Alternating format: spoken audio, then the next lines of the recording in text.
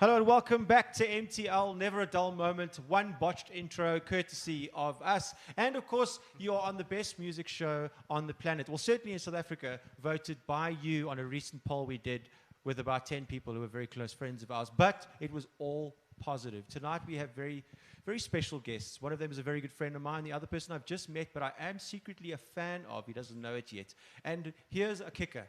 We have a completely vegan show tonight. Yes, they guaranteed not to eat each other, which is quite exciting. But we did provide them meat, which is unfortunate. But we'll cross that bridge when we come to it. Please welcome to the show Werner Bekker, or Bekker, wherever from Pretoria you come from.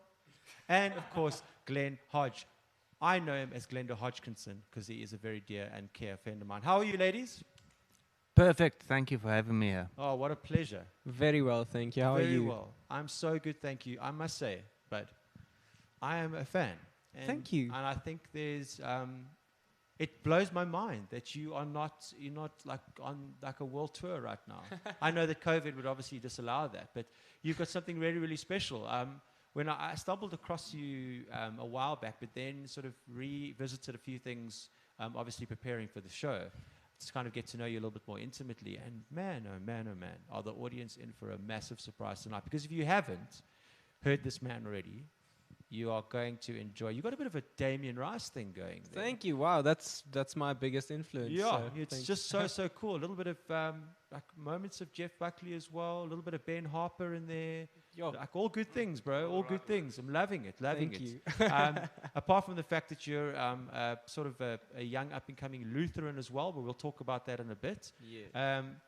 What a pleasure, dude. Tell us. Okay, so you started music round about the age of 12, there and thereabout, but you went on tour with your dad first. Yeah. So like my dad was a singer-songwriter back in the day, and he was like a sort of Afrikaans, a deeper Afrikaans singer-songwriter. So I don't think in that time, Like a Bless Bridges vibes. No, I'm just kidding. like a quiz dupe vibe. Yes. And around about that time, I think socky was just getting started, and people loved the socky. So my dad really stepped into the scene, I think, at probably the worst time. But nonetheless, we got to see lots as kids, and we got to travel with him a lot, and we went to like Kaka and Ka, and like for instance, the first time we went to a music festival was Kaka and Ka. Yeah. And my dad hadn't like been able to book a slot because he was unknown, so he printed 50 CDs, and we drove down. And he went to every single beer tent he could and like just asked them if like they have a 10-minute slot somewhere, can he just perform his music? And we as kids would go around selling his CDs to the people. Wow. And so yeah, like I think from when I can basically remember, I've been involved in the music industry, although it wasn't necessarily me. I've seen sort of like 20 years of. And was that your dad's livelihood? Was he a professional musician? At that time, yes. So at first he was like an entrepreneur, yes. And then he decided that he really wanted to do music, and he decided to just lose everything and just stick with the music. Fantastic, man. Yeah. Well, yeah, it's really, if anything, you've given your son an incredible set of skills there, my friend. Sir, I don't even know you, and I'm calling you my friend. Somebody. Okay, yeah, and then of course, Glen, you have a very similar upbringing in terms of music, because you started in the Parlotones quite young. It was kind of your first love. Well, your first introduction to music, not your first love, but I mean, you kind of started with the whole thing. Talk us through that as well. That's quite an interesting little journey you've got there. I started in grade 1 with piano. Yeah. Because there was a girl that I was in love with. It's always a girl, bro. It's always a girl. So I wanted to get closer to her, so I went to piano lessons. And then sort of grade 7, that became guitar lessons because piano wasn't cool anymore. It wasn't the music teacher, was it? Definitely not right. the music teacher. Because I know my geography teacher, my interim geography teacher, Mrs. Plunkett. Yeah, I still think about you. Look, in grade 1, I fell in love with my grade 1 teacher for sure. Okay. Hands All down. right, okay, But cool. it was Sorry, I cut you short. It wasn't the music teacher. Yes. But and then I started learning guitar in grade 7, and then so my mom was very musical. There was a piano in the house all the time. There was a guitar in the house all the time. So all three of the kids eventually learned how to play one or both of those instruments. And then in standard 8, grade 10, my brother Paul, on a random Tuesday night, said he was going to a band practice at his friend's garage. So I was like, cool, can I come? And he said, yeah, cool. And I went along, and that was the first Parlotones band practice Cool. in '98. And they were like, hey, well, since you're here, so I was 16. They were all like 20. They were like, well, since you're here, do you want to play bass? And I said, yeah, of course, I want to play bass. Did you know how to play bass? No, of course not. Obviously. But I figured, like, yeah, I could play guitar, so I could certainly figure out You could bass. play a g and a e and a d. Yeah, And that's easy. and that was That's actually there. more You than can make most. any song That was ever. more than Con and Paul could play together. So yeah, we had our first band practice in Neil's dad's garage in '98, and that's where it started. Wow, and from it then certainly on, wasn't from a then giant on, mistake, was it? It was quite a lucrative mistake. Good things. indeed. But yes. you guys were like, I mean, I remember sort of hearing about you. I'd say early.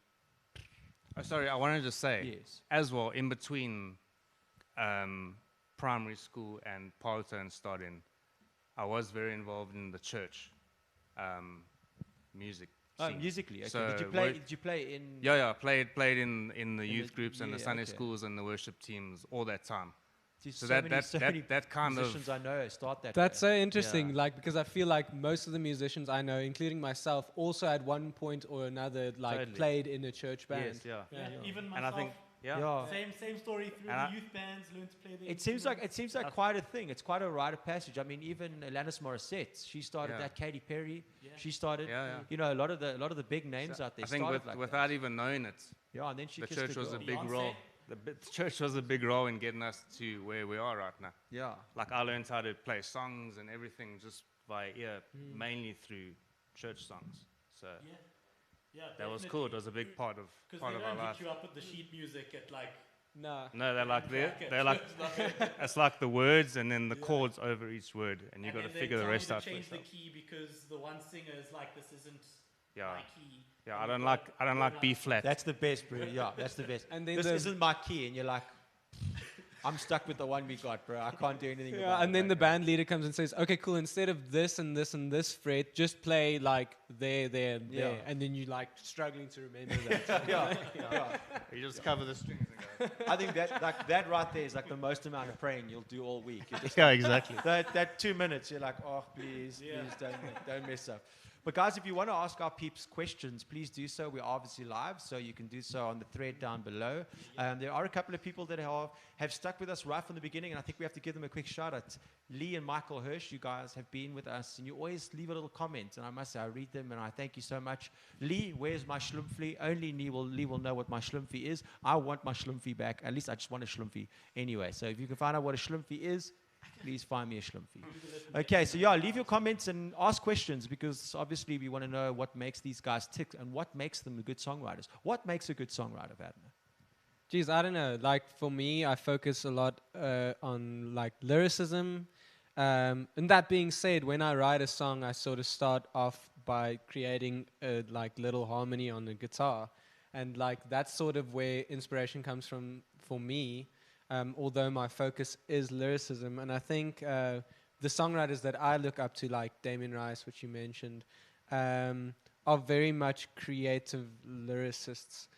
So I think if you can interact with an audience in that way and really capture them and tell a story with your lyrics, that's where great songwriting sort of hails from. Absolutely. I mean, how much is it just, like, how much is a good song? A combination of a great melody, great lyrics, and great songwriting, or can you get away with one of them missing? You know, is it composition? Are there elements in terms of post-production elements? What is it? Is it just all of them working together, or is a song better just a guitar and a vocalist, or does production I think kill it? There's that old adage that goes 3 chords and the truth is Yeah. what makes a song. So it's And I totally agree with that, but melody, I think, is a very important part. A good melody and just the truth and basic chords. And you got Damien Rice, you know, you've got David Ramirez, you've got just someone telling a story through their song, and that's what draws people into these artists. Glen, Yeah. while you're talking about this stuff, a question just popped up here from the Parlotones page from Leo Pieterse, Yeah. asking you, where do you get your inspiration from? Leo, how's it? Where do I look to see people? There. Yeah, you can speak into this. This Okay. is your cam here. So talk into this one here, right here. Oh, what's up, Leo? Where do I get my inspiration?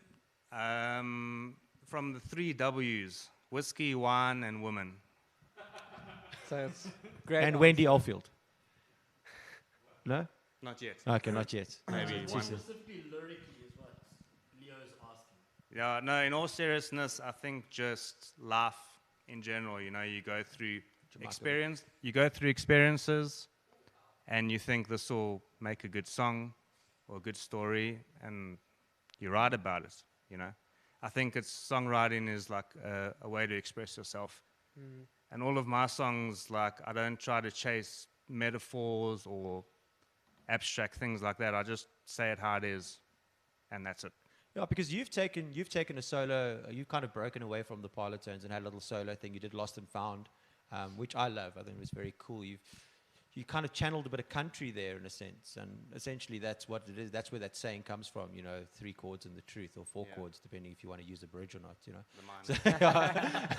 So yeah, a minor, the relative minor. We all love going there. Yeah. So I mean, yeah, that is it. It's kind of thing. And I mean, how much of it, as a songwriter, do you go, like, I know a lot of guys, like, for example, John Mayer, they like date a girl and then they write a song exactly about it, and Taylor Swift dates a boy and then writes a thing. Or how much is it like artistic license, where you kind of can take an idea and you kind of just cross-pollinate the two? So, Cross-pollinate is a good word, yeah. like totally. Like for me, like I mentioned, coming up with a progression first. Sometimes I won't even know what I'm going to write a song about. I just feel like I have to write a song. For sure, yeah. That's why people say it's like therapy. So you feel like you have to write a song, and you start strumming something, and it might be happy or sad or whatever, or nostalgic. That the feeling that creates inside of you, and then sort of a song bubbles from you. It's so, like, I heard John Butler say this once, that like all of these songs are just floating around, and like they choose you. You know, it's sort of like the song comes to you and says, "Hey, dude, here I am. Just write me down." And I don't think it's always just a conscious thing of going, "Oh, cool. What does sound cool here?" Like, it doesn't really always work like that. Sometimes it's just sitting down and it just hits you, and the lines just sort of come out of your mouth. Yeah, there are ones that you really have to work towards. You have to work for that song.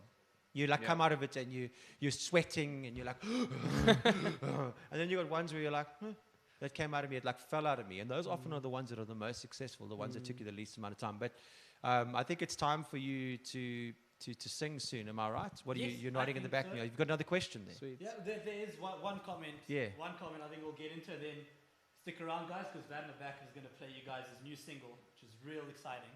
We heard him in the sound check earlier. It was great. But yeah, so Morgan Ross has sold Glen out here on a songwriting story, which I'm too curious to find out about. Apparently, there's a story of songwriting made on the back of a stapled paper getting stuck in a photocopy machine. I also read that, and I'm trying my best. And while they were talking, I'm like, what is this? I need to know. Oh, I know what it is. Took me a while to figure that one out. So I used to work at Standard Bank with Khan from Parlotones. Okay. Before the band took off. Ah. And so I was basically his assistant. So I would do all the photocopying and the So naturally, you typing up thought of that's what a documents. bassist will be. Yeah, Bassist is an assistant, I guess. he is, yeah. Exactly, yeah. Assistant to the lead singer. Nothing's Still- changed. Still my role. You're still Yeah. Anyway, so the story goes, I'm not sure if it happened this way or not, but I put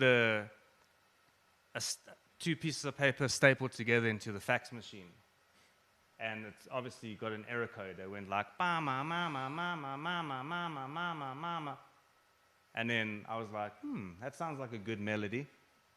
So like I quickly remembered that melody, recorded it into my phone or whatever, and that became like became a big Parlotones song. Which song? Sun Comes Out. What? Because the piano goes da na na na na na na na na na na na. Oh, cool. Yeah, so that comes from a fail message So- from a fax machine. It's so Amazing. weird. It's those things. It's those songs floating around That's so you. cool. There's actually a genre Thanks, man. dedicated to that sort Yeah. of stuff. It's called glitch. Yeah, Oh, yeah. glitch. Yeah, Yeah, so the but that's- glitch drumming then as well. That's, Yeah, and I mean, that was a total glitch. so Billie Eilish, Bad Guy.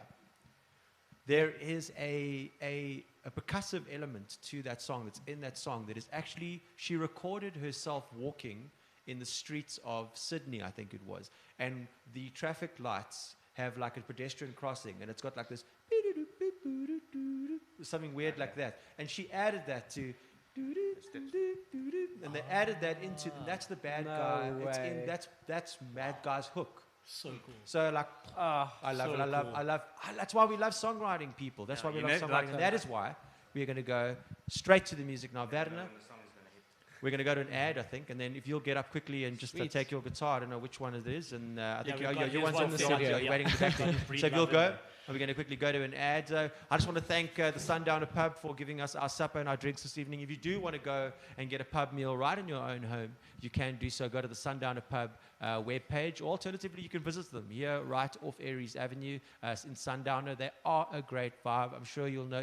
Aren't they amazing? Amazing, bro. So go and check them out. Here's a little ad to say thank you very much.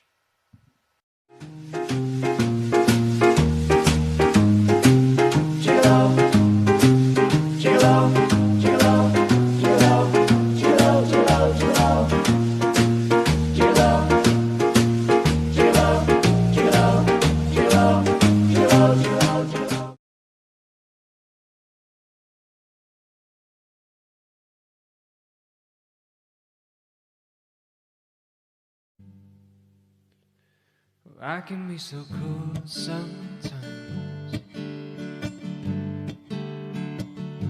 in everything I say.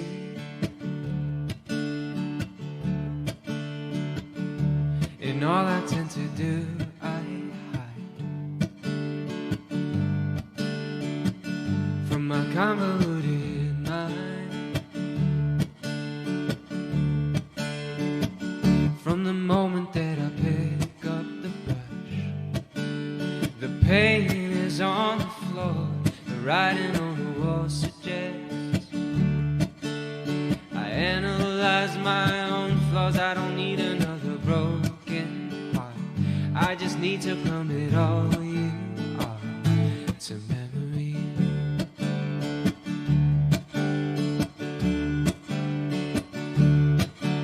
And my heart breaks at the rental of your voice. In this moment I regret every stupid little choice that got us to this now. I wish I could change how this is memory.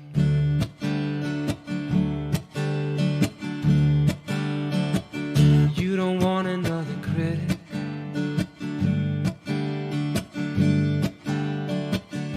you need someone to cushion some of those blows. But when it really comes down to it, the truth is I don't always know how to comfort, how to make it clear. I messed the paint on the floor, how to pull you closer, get the writing off of the wall. If circumstances all we have, need to quench my fear and leave the past to memory.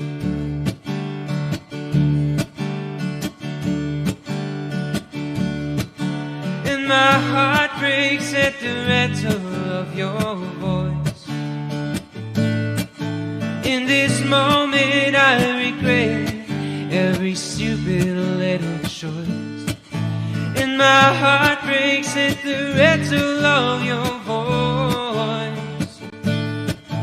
In this moment I regret every stupid little choice that got us to this now. I wish I could change how this is memory.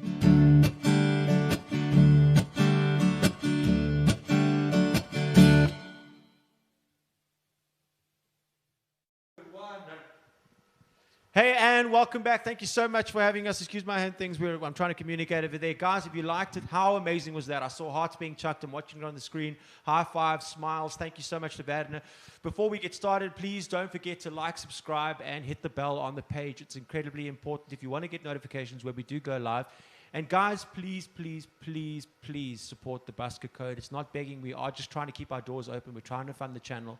And at the moment, we're all self-funding it. We're putting it out of our own pockets to putting it in. It's not begging. We are trying to beg you quality TV and quality entertainment and quality products. We just, like most things, need a little bit of capital to do so. So please, if you want to pledge to the channel, please do so. Please welcome back Werner. You are a biscuit buddy. Great job, dude. Thank you. Thank What you. a lovely song. Man. Before we get into your song, would you like another beer? I think Yes, you've earned one. please. I'd like Graham, to finish would you this like one there? I'd mate? love one, please. Take Glen? one, pass on. For Yeah. sure. We'll send Werner will pass them on there. There you go. So, Bud, Dankeschön. thank you. You know what, man? I loved it. And you're playing a little breed love there. Yeah. I see. We got two vegans, two breed lovers. Werner, there Yeah, you it go. seems like Glen and I should have. Had a baby at first. Yeah. Had a Band. baby. Yeah, Start a band. totally. Yeah. So again, just cool stuff. You know, you got Cheers. great. Cheers. Cheers, guys. Cheers. Great tone. Cheers. Cheers, my buddy. No, great tone, great lyrics, great melody, great songwriting. Thanks, Talk us man. through your process. What do you start with? So yeah, I start, like I mentioned, I start with guitar usually. Sometimes I think with this song, it's really a situation where the opposite of what I said just now, where I really felt like I had to write about the specific topic. It was sort of like a fight between me and my girlfriend, typical songwriter vibes, and I really just had to sort of make it up to her in a way. And this was my most honest way of saying sorry in that moment. And I started this song by just jamming on the guitar right after she left for work. I think she was in tears as she went to work, which was horrible. Doesn't feel good. I know the feeling. Yeah. Even and then me, you bro. just have to like as a musician, you feel like compelled to do that in that situation. Yeah, my producer said, as he said that, he's like, she left for tears. You're like, yeah, I've had that feeling. And he's like, yeah, me too. I hate going to work. So I just thought it was quite funny. That's the reason I'm smiling. But yeah, I mean, so that was a literal song. That was something you took from a personal experience and kind of wrote about it. Totally. Yeah, as we were saying earlier, you kind of cross-pollinate between that, so you can take that and kind of use it and apply it to something else. For example, today I did an interview for Sober, you know, the new my new single, and a lot of people going, oh, what is it about? What is it about? What is it about? And we've discussed it a few times on the show, but I mean, I realized today that it was actually about a conversation that I had with somebody, and their emotional response and to the thing was actually one of a drunk person, where you can't reason, you can't. There's no logic being processed in there. So I was like, call me when you're emotionally sober as well. So I kind of took that idea and then made it into sort of an addiction song in a sense, you know. So it's amazing that you did that. Great. I want to talk about that thing on your left. Do you want to say something? I just want to say great song, by the way. Thank you, Glen. Thank you, Glen. Shameless punt by the Parlotones, guys. I just want to hashtag that right now. Buy the single. It's amazing. You made that guitar. Yeah. Please hold it up for us. Okay, guys, so to put it in perspective, this was made from scratch. Every single thing, except obviously the patons and the tuning pegs. But everything else, the fretboard and everything, just sort of talk us through that, please. Yeah, so I mean, I've always had a passion for making things, and I think that's why I'm a musician as well. Like, I don't know if other musicians feel the same way, but that's like the creation part of it. Definitely. Is the Definitely. vibe. And so, like, combining at this point, when I started making guitars, I felt like my music had become my job, and it used to be just my passion and my hobby, you know. And then at that point, I started talking to a guy called Murray Kuhn. I was looking for luthiers in sort of Johannesburg area. And he said, no, yeah, you can teach me how to build a guitar and how much he charges for lesson and stuff. And then I took him up on the offer, and this is what came out. This is his model called the Lion. It's sort of like a smaller shaped acoustic body, so it's like more of a finger style acoustic guitar. Yeah, it's a little bit baby Taylor-esque in its build. I mean, I played it. It's got a great action. It feels fantastic. Thanks, man. Yeah, so Murray's whole philosophy is that, like, he's got a thing that he says he makes boudoir guitar. So like something that you can sit in your bed and play. Yeah. Basically, Yeah. is his philosophy, and in the end we ended up using walnut on the back and sides, mahogany on the neck, and cedar on the top. Now, for those who don't know what that means, it's like a very warm body. Yeah, I was about to say, it resonates nicely as well. Yeah, definitely. Yeah. So, and obviously, except for the tuning pins, because those are the only ones I could get, everything is wooden and built from scratch, which is really cool. Murray also like guides you through the process. He doesn't do anything on the guitar, so he tells you, look, I'll do this on one of my guitar necks, and then he does the process or the thing that you're going to do, and then you copy what he does. No, man, it's So just it's so beautiful. cool. I think it's such an incredible thing, and I think for a musician to build an instrument that he will one day sit and play, which you do, I'm sure. Yeah. You use it quite a little bit. And the level of detail, I mean, a lot of people can't see, but I mean, there's engravings and there's Yeah. cutaways, and Little the things. body's got a bit of a hollowing. dog It's got, hair. I think you've got you've got like a weird like violin-esque F-hole on the top there as well. Yeah, so this it's is just- like sort of most like custom guitar builders do this for the guitarists as well. I suppose it takes away some of the sound from the front, Sure. but it really allows the guitarist to hear what's happening. On Yeah, the and for those of you, F-hole is an actual thing. So don't, Yeah. don't yeah. It's not can just see, crude. I can see people cringing in the back there going, what did he say? You know, yeah. Okay, cool. So do you want to play it? Just give us a Yeah. little I'll give you a little snippet.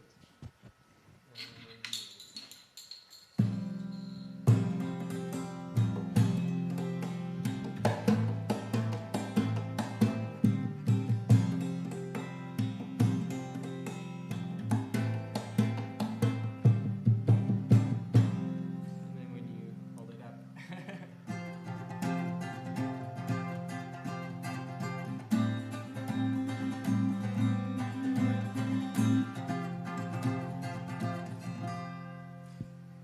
Yeah, man. Yeah. It's so cool. It's so cool. It's so cool. You did a bit of August Rush there. Yeah. It was going, man. Yeah.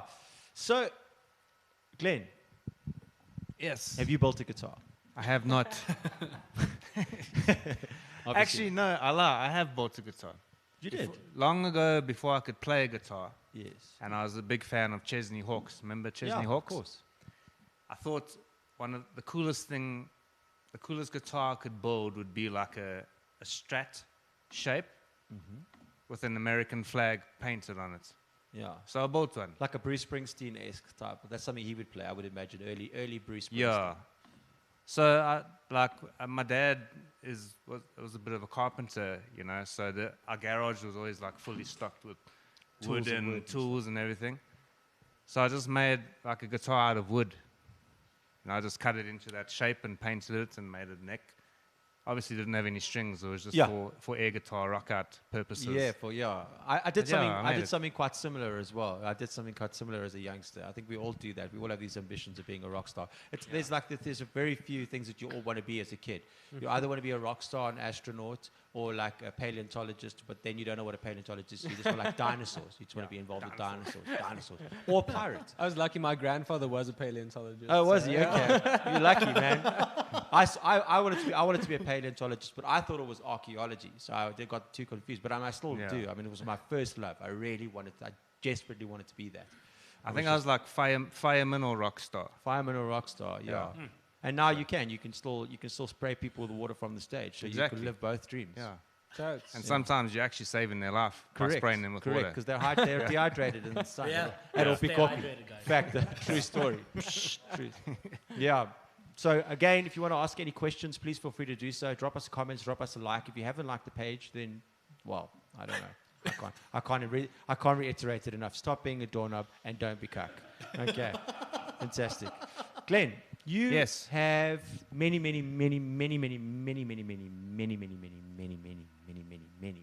tattoos. Incorrect. You are incorrect. You have one I tattoo. have one big tattoo. One big tattoo. nice. You have many of that. So you're like Many, but they've merged into one. merged into one. But you are pretty much from, I'd say, from foot to head. Yeah, pretty much. From foot, from like here Yeah, to about here. about there. Yeah. And it's incredible. I mean, I've seen your body. Ooh, have you now? Yeah, we've been intimate like that. But I've seen your body. Tell us about your first tattoo right until now. All right, well, my first tattoo, I had to get past my parents. Okay, so you hit it. My mom was like, over my dead body, will you get a tattoo? I'll be so disappointed. And I was like, shit, because now all my heroes were fully tattooed, and I knew I was going to be fully tattooed. It was just a matter of time. So I was very involved in the church at the time. So I figured if I make my first tattoo a Christian tattoo, then my mom can't moan about it.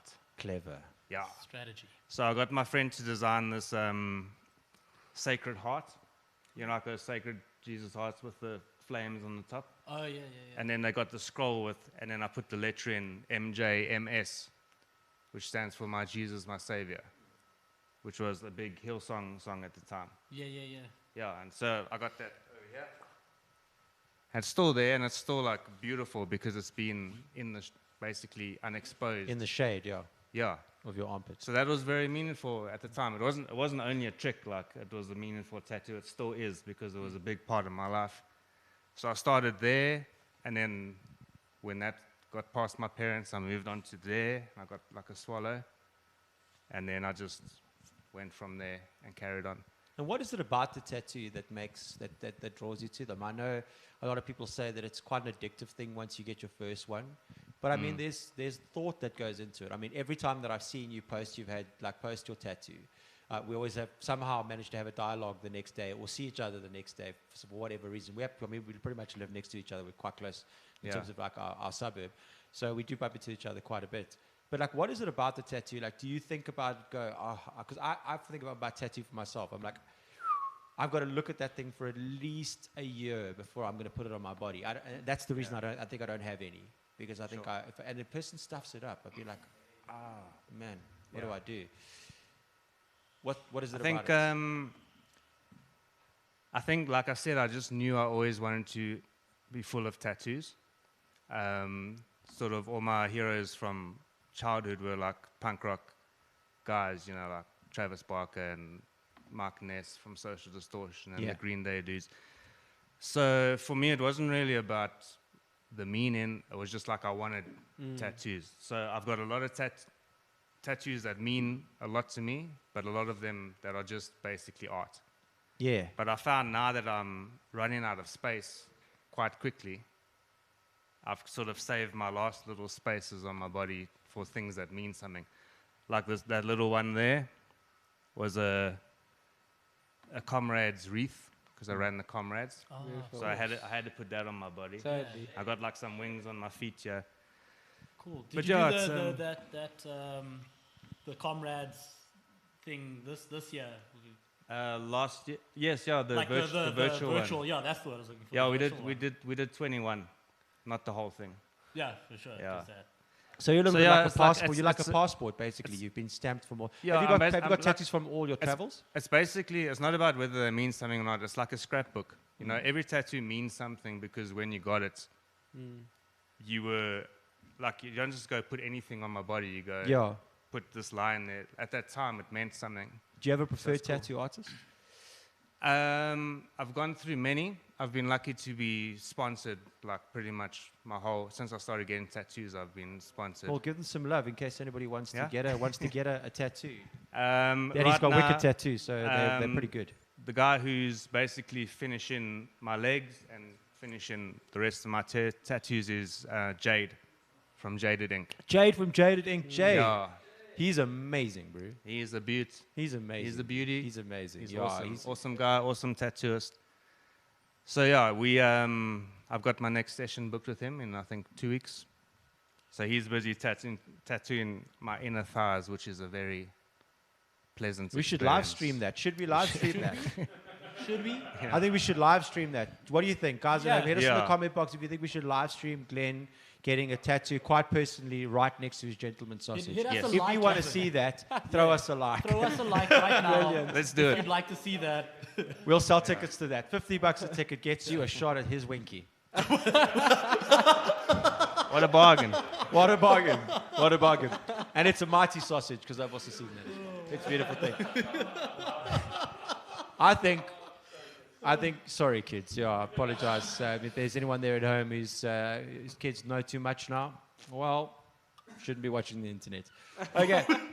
Glenn, I think that perhaps you should sing us a song. What do you think? Let's do it. Should we do it? Yes. All right. I'm just going to take off 3 of my layers Do that. and try to stop thinking about you talking about my winky. Try and get that out of your head. Try and Yes, get that out of your I'll head. get that out of my head. Try and get that out of your head. Glenn's I'll- winky. Try I'll and get take it out this of your beer head. and I dare you. I will go play. And while Glenn gets up and goes and plays, Don't once forget again, the don't guitar, forget bro. to hit the like and the subscribe button. Of course, hit the bell for notifications. Whilst Glenn walks in front of me, this is a beautiful thing. Beautiful thing. You can see your bum as well. Yeah, you see, this is what you could buy tickets for, right here. This is it. It's beautiful. It's beautiful. One of the nicest people on planet Earth, I can assure you that. If you want to, of course, hit the notifications, do that. Also, remember the basket code, support the channel, be awesome, don't be cuck. Glenn, take it away, Solskjaer.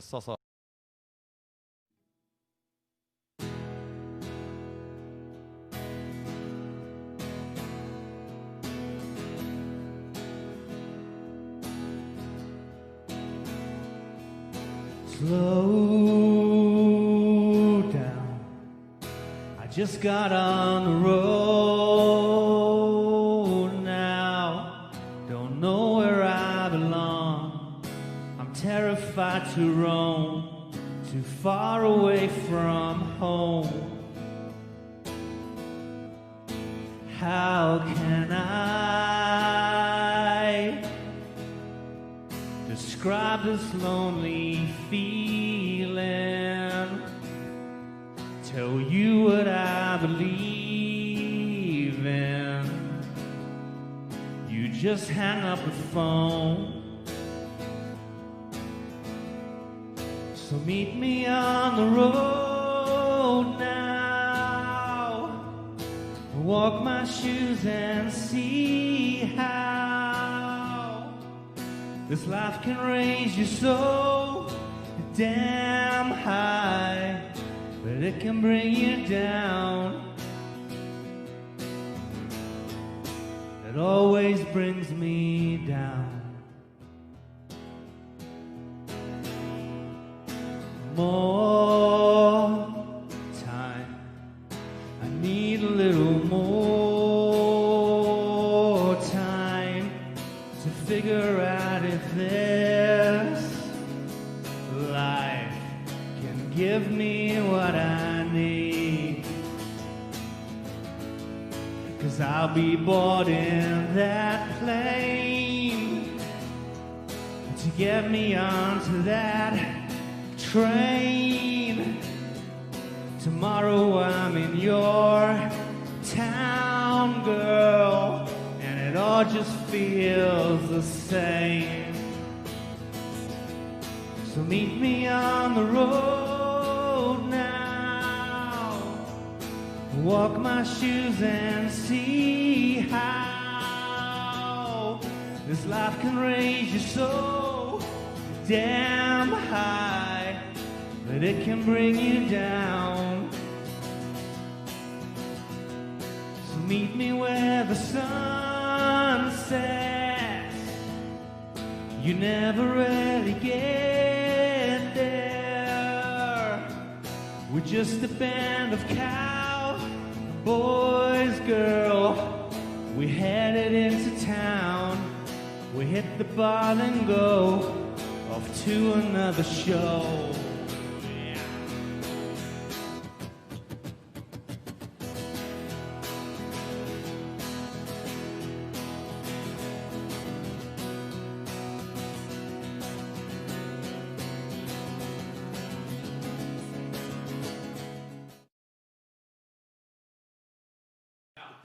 And that was Glen Hodgson from the Parlotones, and of course, Lost and Found with one of his songs. Doesn't he sound just like the guy from Oasis? What's his name again?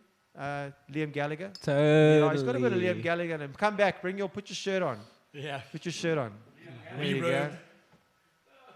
Liam. Is it Liam or Noel? You're grabbing your beer. There we go. Okay, cool. Grabbing your beer. Wicked Wild. Man, I really do love. Is it scary stepping out of a brand like the Parlotones, where you essentially, I don't want to say you play second fiddle, but you essentially you're not the front man, and now all of a sudden you're having to expose yourself as a front man on not your second instrument, but now a foreign instrument, because you are a guitarist. For those of people who don't know you, you're a great pianist, you're a great bassist, and you're a great guitarist as well. So is it scary? It was terrifying. Like the first few times that I played live, my knees were literally knocking together. I was that scared. Yeah, close your eyes and play as fast as you can and get through it. But then the more you do it, the more comfortable you get, you know? Do you feel that it's improved you as a songwriter, not playing with a collective and doing it all by yourself? Yeah, like definitely. I mean, I even when I was in Parlotones and I hadn't started anything solo yet, I still had those songs that I was writing, Okay. you know, in my room by myself. But I was just There's keeping a song I in wa- that, bro. In my room by myself. in my room There's by a song myself, right there. Dude. thinking of you. Yeah, actually, Beach Boys did do one thinking about it called "In My Room." So Yeah, and I scrap think that. Green Day did as well. Yeah, scrap- I was scrap just that. about to say all by myself. All by myself. Scrap So yeah, that, scrap that. like I mean, I was keeping them on the shelf for the right time, There's a song in that as well. Yeah. and it came. Yeah. Yeah. And Werner, as you as a songwriter, you teach as well, or lecture as well? Yeah, I teach kiddies and adults, and I teach a bit of piano. I also started on piano, so also started learning guitar when I was 13, 12, Yeah. round about there. So like actually we're vegans, we're breed love players, We are the same people. we are We're the the same same people. person. Yes, exactly. But yeah, so like I've been teaching for about 6 years now, and at first it was just sort of a way. My dad told me, look, if you're going to study music, then then you better do something else to make the money come in at first, Yeah. especially. And then he said teaching's a good way, and I started doing it, and I hated it at first, and then I sort of grew to really love it, because you see, especially once you get the right clients, you see that people really get super passionate about learning instruments, and then you remember yourself at that age, or yourself just beginning an instrument or starting to learn an instrument, and you relive those moments where Yeah. like you really loved and breathed that new song that you learned. 100%.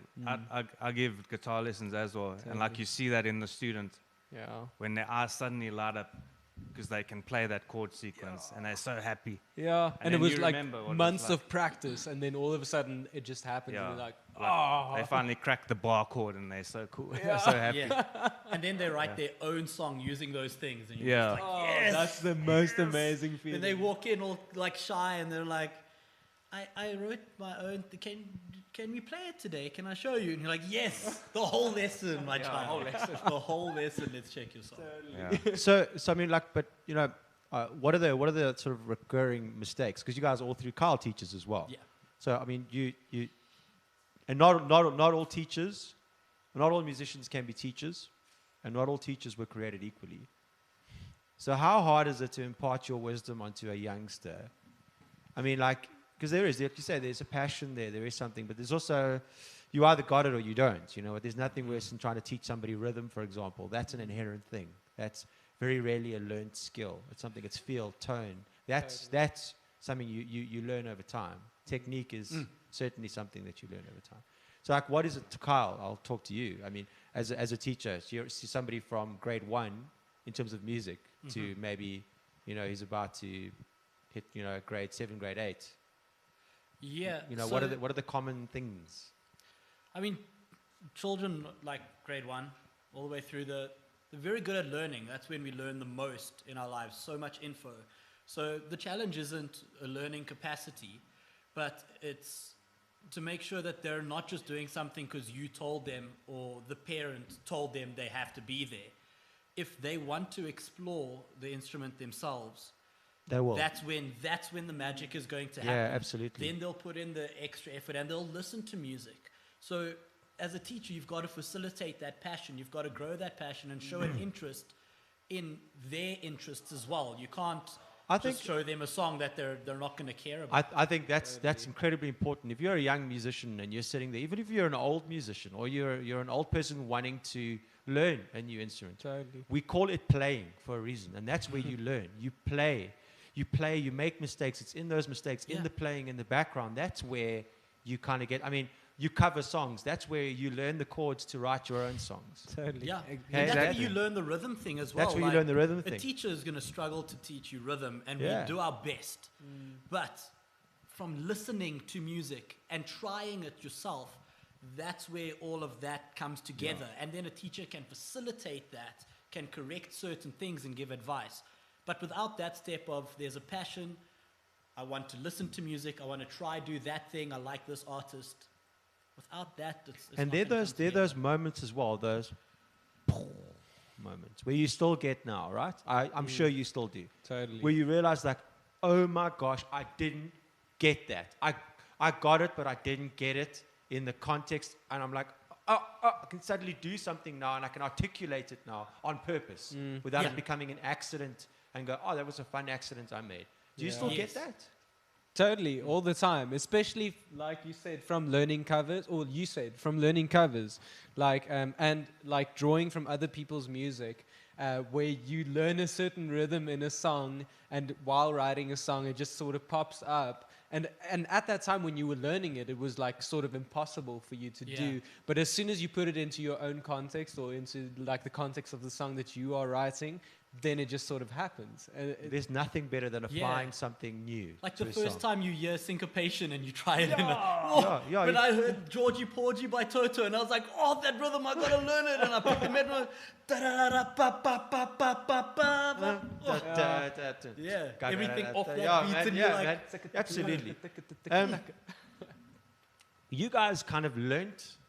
You were schooled by, well, not necessarily you, but the rest of the guys like Khan. I know Khan was because we had him here on the show the other night, and he was sort of schooled by the journey, as opposed to schooled by a teacher or schooled by the school kind of thing. You know, you found that you obviously have grown as a musician, but I mean, talk us through that, learning bass for the first time to now being the bassist of arguably one of the biggest bands in South Africa. Yeah, what was cool about that first practice we had back in '98 in Neil's parents' garage is that all of us had like a basic skill of our instrument, but we were all very shit at that instrument. Sorry for swearing. No, you're cool. You're totally good. That's So, you know it at so the we had Vonnerbom on Friday, bro. No one can Yeah. top that. we had Oh, wow. we had terrible instruments. All of us could barely play. Khan's microphone stand was a broom taped to like a piece of wood with a earphone thing stuck over here into like some shitty amp. So it was very terrible, but Khan had a head full of songs, and he had 3 guys that were willing to play those songs with him. So as cuck as we were, the vibe was there, you know. And then what was cool, that was 22 whatever years ago. 22 years ago, yeah. And what happened is that we 24. it was 98 and now it's 2020, so Oh, who 22 cares, years, man? whatever. Doesn't Anyway. matter. So 22, yeah. what was cool is like none of us were great, none of us had been for lessons, and we just learned together. Yeah, but I think So I it's learning kind of- together as well. I think that's what I'm kind of trying to get. Like, and that's what sort of forged that Parlotone sound. that's it. That's what. Is That's that see, we you had read my our mind. influences, which were like R.E.M., the Smiths, the Cure, that kind of scene. R.E.M., bro. And we had our limit to our abilities, which we still do today. Let's not beat around the bush, we're still pretty No, terrible. certainly. You guys have got your. But we developed Wow, that man. Parlotone sound then already, and it never changed until today, which is But- cool. Even though some guys went for lessons, Khan went for singing lessons, but after That a few was my next lessons, question. after a few lessons, he was like, "No, this guy's trying to make me sing like Pavarotti. That's Yeah. not my vibe." You That know, was my. so- That was my next question. I'm getting lots of things here. Sorry, Glen, that I was might have- beautiful. I might have sidetracked there. Kate Coppin said that was beautiful. Thank you, Kate. How much of Khan's voice do you think is the reason the Parlotones did as well as they do? And I'm saying that because a lot of front men have got a certain thing about them. It's almost what distinguishes you from the rest of the pack.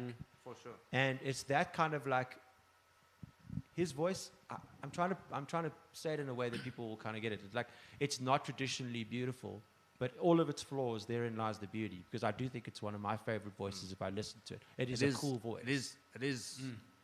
Whatever you think of it, whether you think it's cuck or unique or great, it is unique. It's unique. It has been unique since the start, and it's still unique now. So was that his voice from he came prepackaged with?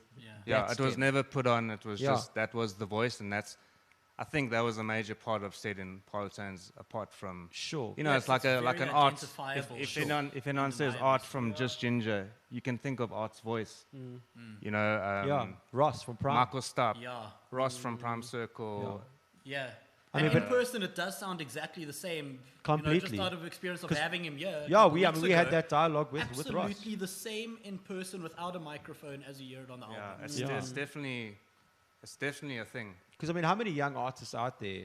I mean, because you're at the front line of the teaching of them. Try and emulate somebody to their own detriment because they try and be something that they're not.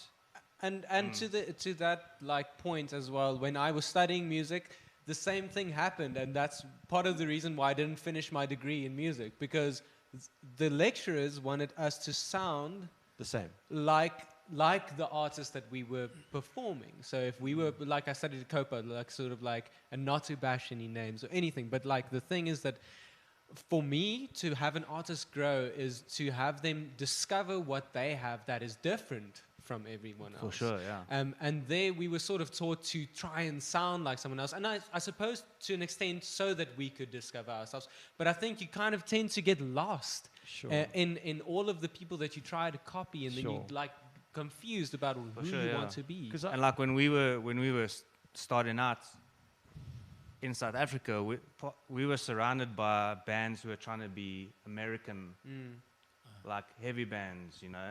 And we were the only band doing this Brit-pop thing. Yeah. So that alone set us apart. Yeah. It caused us like a lot of ridicule because here's this band sounding so different to everyone else. But at the end of the day, it worked.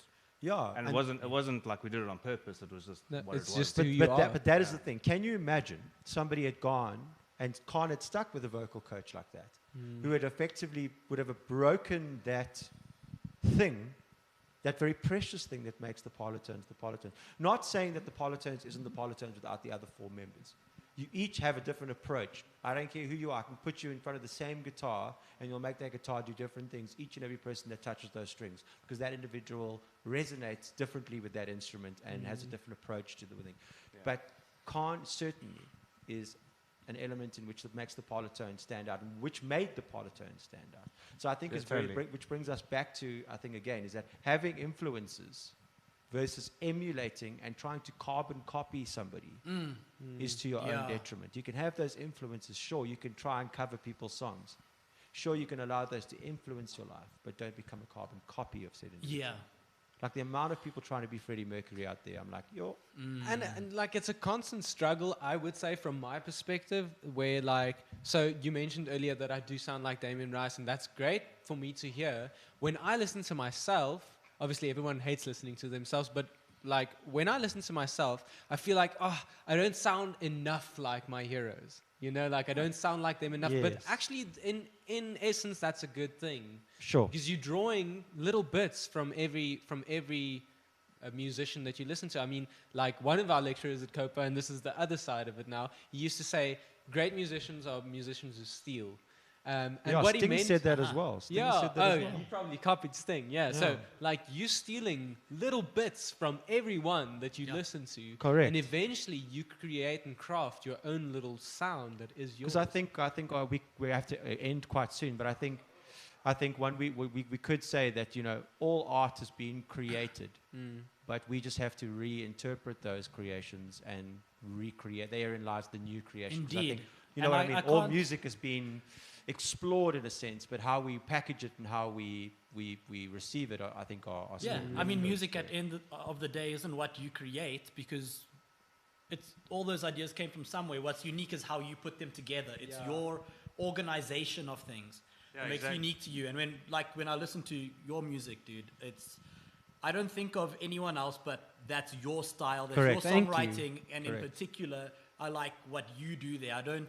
You can pick out the influences, but only you can create music like you. I can't listen to someone else and be like, yeah, that's similar to Werner. And isn't it mind blowing that there's only like so many chords Right? Yeah. and so many melodies, but everyone is still creating new stuff. Yeah. Yeah, it's infinite. It's like infinite. it never changes. For I mean, sure. it never ends, which Yeah, is for there's- me blows my mind that there's still new music. Yeah, people that think it's all created been all done the before, time. it's wrong. There's Yeah, man. So everything. So before I know you're trying to wrap it up there, Graham. yeah, I was trying to wrap it up. No, I'm I getting, know you're trying- I know I'm you're getting, trying to- I know no, we're no, on the no. internet. We No, can no, go over as get long in as we there. want, but I'm getting badgered I by know Johnny that Sexton in the back there. I know that the song that Werner just played recently just dropped as a single, like a couple days ago, wasn't it? It's a week ago. Yeah. A week ago. Yeah. Before we close off the show, tell the people quickly, Please. where can they check out your Yeah. single? Where can they get your music? Cool, yeah, you can get it on Spotify, Apple Music, Deezer, wherever you stream music, I suppose. And What's it called? It's called To Memory. My name is Werner Bekker. Werner is with a W. and Bekker- Bekker. That's it. Bekker with a double K. And yeah, you can find me on social media, Werner Bekker Music. Yeah, and Glen, Cool. we know where to find the Parlotones, Yeah, but do we know where to find Lost and Found? same place. Same Spotify, place. Apple Music, Yeah, or man. streaming platforms. Do your bit, do yourself a favor, go and support these two artists, and do yourself a favor and support local music in general. It's one of the most important things you can do. Our country is so blessed with incredible musicians like these ones, and some out there that are all out there. So please make it your mission this week to discover a new South African artist. Thank you again for joining us. Thanks for supporting the platform. We have a little tradition on the way out here that we kind of say goodbye in a certain way. I'm going to say goodbye. Goodbye. And please don't be cuck.